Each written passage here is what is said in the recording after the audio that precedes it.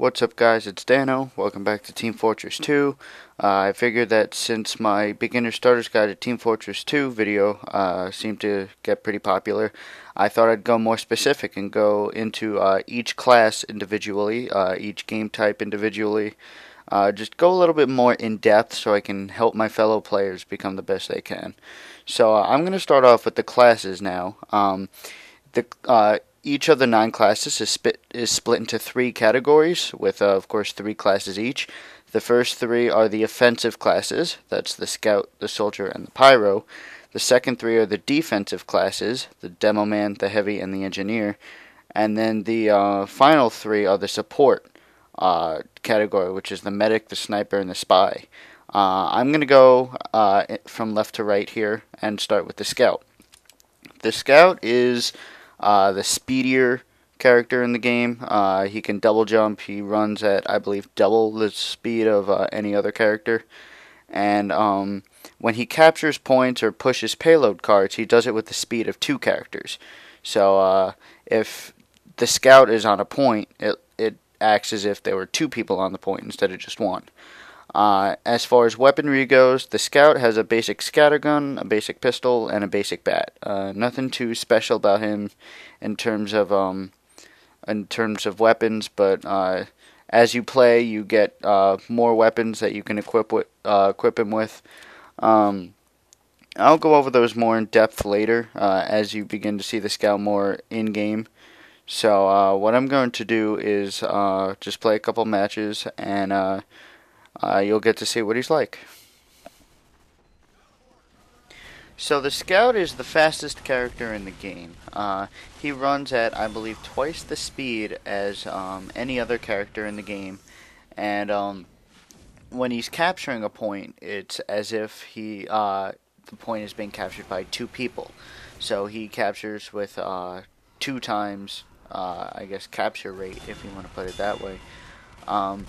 The Scout can double jump, which allows him to have extra, I guess, movement in the air. The reason you would want that is, to dodge enemy attacks or, to make things confusing for your opponents. The one downside is engineer sentries can still lock onto you even with all of your moving around. So if you see a sentry, you're still just as doomed.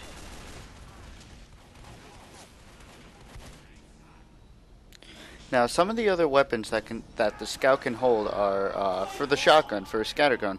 There's the Force of Nature, which, if you look at weapons, the blue text is how it's better than in comparison to your scattergun, and the red text is, I guess, cons to using this weapon as opposed to the scattergun.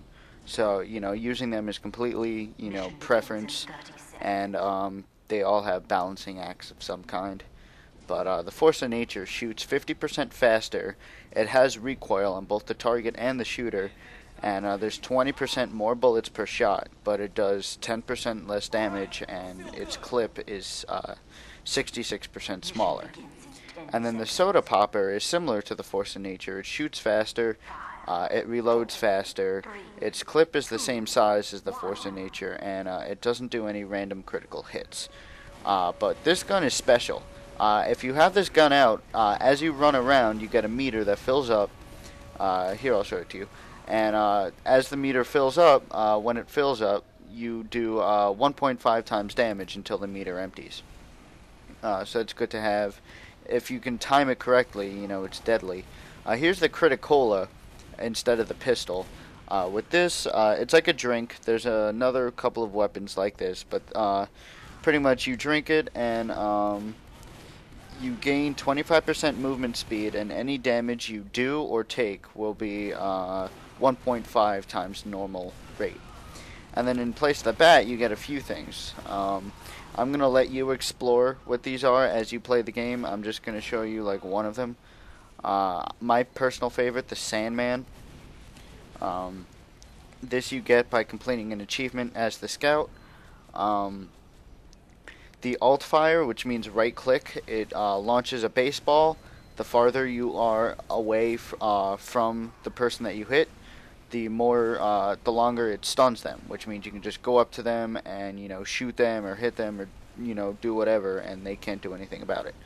But the downside is when you spawn, you'll have 15 less health points than normal. So you saw I went from 125 to 110. That's because I have the Sandman right here. Alright, so let's start off. If you look in the lower right, my height meter is the one that raises as I run around with the soda popper out. You see, as it's near full, I'm going to switch to a different weapon. Watch now that I've switched to a different weapon, it's the height meter stopped increasing. This is a way to time your soda popper so that it'll be at its most effective. It'll be most effective. So here, you take the soda popper out when you're ready to unleash it, and almost instantly it turns into its 1.5 times damage mode. Now, I kind of had bad timing on that one, but if you do it right, it can be pretty deadly. So now I'm at the enemy base. I'm going to drink this Criticola, and now I move faster, but I do extra damage. Oh. And then as the drink is used, the bar at the bottom right of my screen that's labeled drink, it's emptied, and over time it'll refill and you can use another Criticola. Okay, so here I am at the enemy base, and here I've got the Sandman. So you right click and it stuns an enemy. The farther away the enemy is, when you launch the ball, the longer it'll stun them and the more damage it'll do. But since I just used my my baseball, I can't get it back right now, so you heard right before I died there that little ding. That means that the bar is full again and I can use the baseball. When you have the baseball, if let's say you launch it and you miss and you hit a wall, you can walk over the ball, pick it back up. You don't have to wait for the bar to fill. That's why when you see a lot of people like pre-game go up against a wall and just hold down the right mouse button, this is what they're doing. They're just hitting it against the wall and it bounces back, hits them, and they can use it again instantly. So that's something I see a lot of people doing, and sometimes I just do it myself just to pass the time. When you're playing as the scout, the number one thing is to keep moving. At no point as a scout should you ever stop moving. It defeats the purpose of a scout. Okay, so that's pretty much everything about the scout. If you have any questions, leave them in the comments below. I'll be sure to get to them. And be sure to rate this video, like it, subscribe to me if you want to see more like this. I am going to be going more in depth with Team Fortress 2 now. Although, I do a bunch of other gameplay videos of, anything that I'm interested in at that time. So, if you like gameplay videos, be sure to, check me out. I'll see you guys later.